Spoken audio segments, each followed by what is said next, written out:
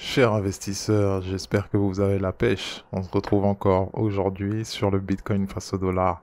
On approche de la fin de la semaine, mais on n'y est pas encore. Ça veut dire quoi? Que tout est possible.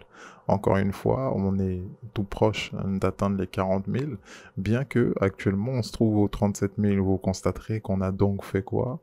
Une sorte de petite respiration. On est allé un peu plus haut que les 39 000, mais on n'a pas atteint les 40 000 précisément. Actuellement, donc, le fait qu'on se situe aux 37 000, vous allez voir que c'est en corrélation avec une sorte de double top en unité de temps 1 heure. Certes, l'unité de temps 1 heure a peu d'importance lorsqu'on veut se fier à des signaux, on va dire, solides, mais c'est toutefois des informations que le marché nous donne.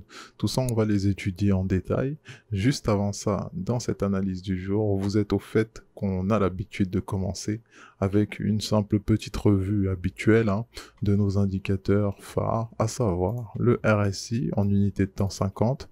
Vous voyez très bien qu'on se situe toujours au-dessus de 50, mais on a encore et toujours ce MACD avec son petit croisement. En unité de temps journalière, vous pouvez vous apercevoir que le MACD, lui, nous envoie toujours ce croisement aussi qui est toujours d'actualité, on ne l'oublie pas. On va ajuster le graphique d'ailleurs. Et également, pour ce qui est du RSI, vous pouvez vous apercevoir qu'on n'est toujours pas au-dessus de 50.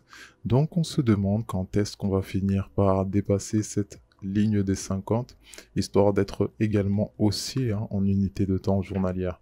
Apercevez clairement la journée d'hier. La journée d'hier est une journée haussière et elle confirme d'autant plus la hausse, la reprise des acheteurs, mais ceci dit, regardez.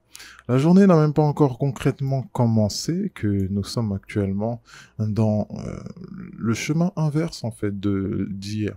C'est-à-dire que le chandelier nous a tout simplement avalé la journée précédente. Ceci dit, c'est le début de la journée, on peut très bien s'attendre à une reprise haussière et le dépassement de celle-ci, ce qui va d'ailleurs être l'objectif du jour. Regardez juste de manière plus précise ce qu'on est en train de faire. On pourrait considérer naturellement la formation d'un double bottom. Ce n'est qu'une question de temps. Il faut simplement être patient, il faut simplement prendre le temps, laisser le temps d'ailleurs au marché de construire ces structures et de mobiliser les mécaniques du mouvement qui vont permettre de confirmer cette structure en question, à savoir le double top. Le double bottom, pardon, le double bottom, il est juste en construction, donc il faut juste patienter. Si on le casse, vous savez que la cassure elle correspond naturellement à la ligne des 40 000, on pourrait assister donc au cours qui va se propulser déjà dans un premier temps au niveau des 42 000. Et juste après, ce qui est important de noter, c'est qu'on a un barrage au niveau des 45 000. Tout ça, c'est des informations à ne pas oublier, parce que c'est ce que le marché, en tout cas, va directement nous montrer comme barrière. Donc s'il ne les casse pas, vous êtes clairement au fait que soit on va retourner faire un pullback déjà sur ces 40 pour ensuite repartir vers le haut, soit on va tout simplement réintégrer les structures qu'on a composées, notamment en unité de temps 4 heures, on peut mettre nos repères. Vous le savez déjà, ce fameux triangle de compression. Fameux triangle de compression qui a donc bel et bien été cassé par la hausse, mais on semble vouloir se rediriger vers ce fameux triangle de compression. En soi, ce n'est juste qu'une figure qu'on a représentée, mais vous savez très bien qu'on est toujours au sein de ce range. Ce range qui va de 30 000 à 45 000. Donc pour l'instant, on y est toujours à l'intérieur. On a beau sortir de figures qui sont qu'on peut voir, qu'on peut déceler dans les unités de temps inférieures, mais de manière moyen terme, vous savez qu'on est emprisonné entre deux bornes définies, 30 000, 45 000. Donc encore une fois, c'est qu'une question de temps. Ça va pas tarder, on va pas tarder à en sortir de cette zone. Mais actuellement, c'est où est-ce qu'on se situe, où est-ce que le prix évolue.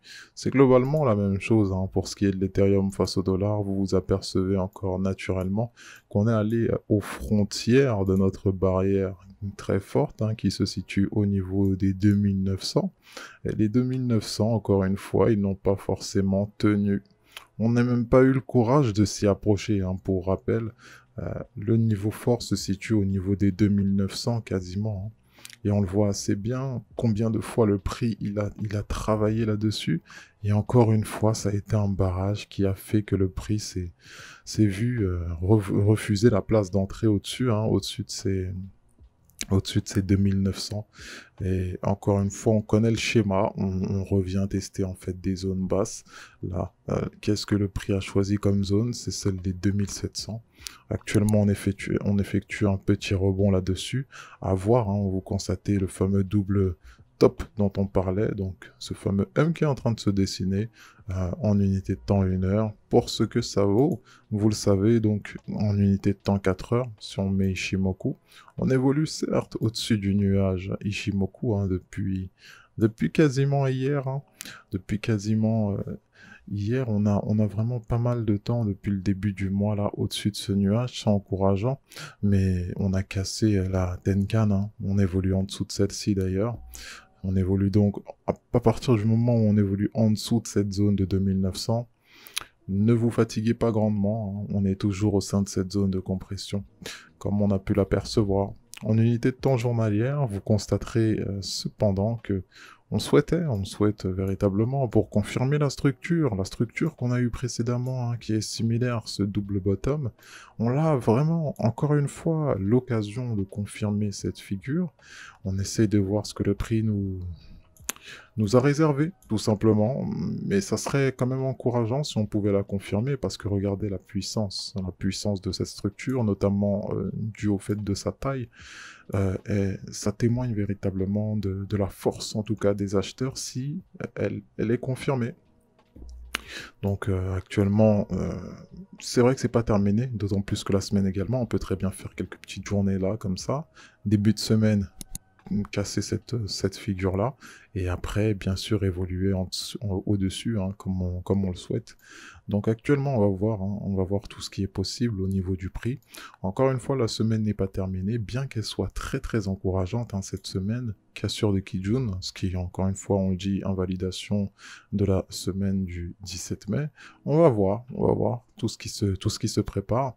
Donc en soi, très belle reprise haussière, mais ceci dit, elle est tout de même fragile, on va le noter, et on prend note de tout ça pour gérer encore une fois de la meilleure manière possible nos finances et notre portefeuille. Ceci dit, prenez soin de vous, n'oubliez pas, quant à nous, on se retrouve à la prochaine. Bye bye.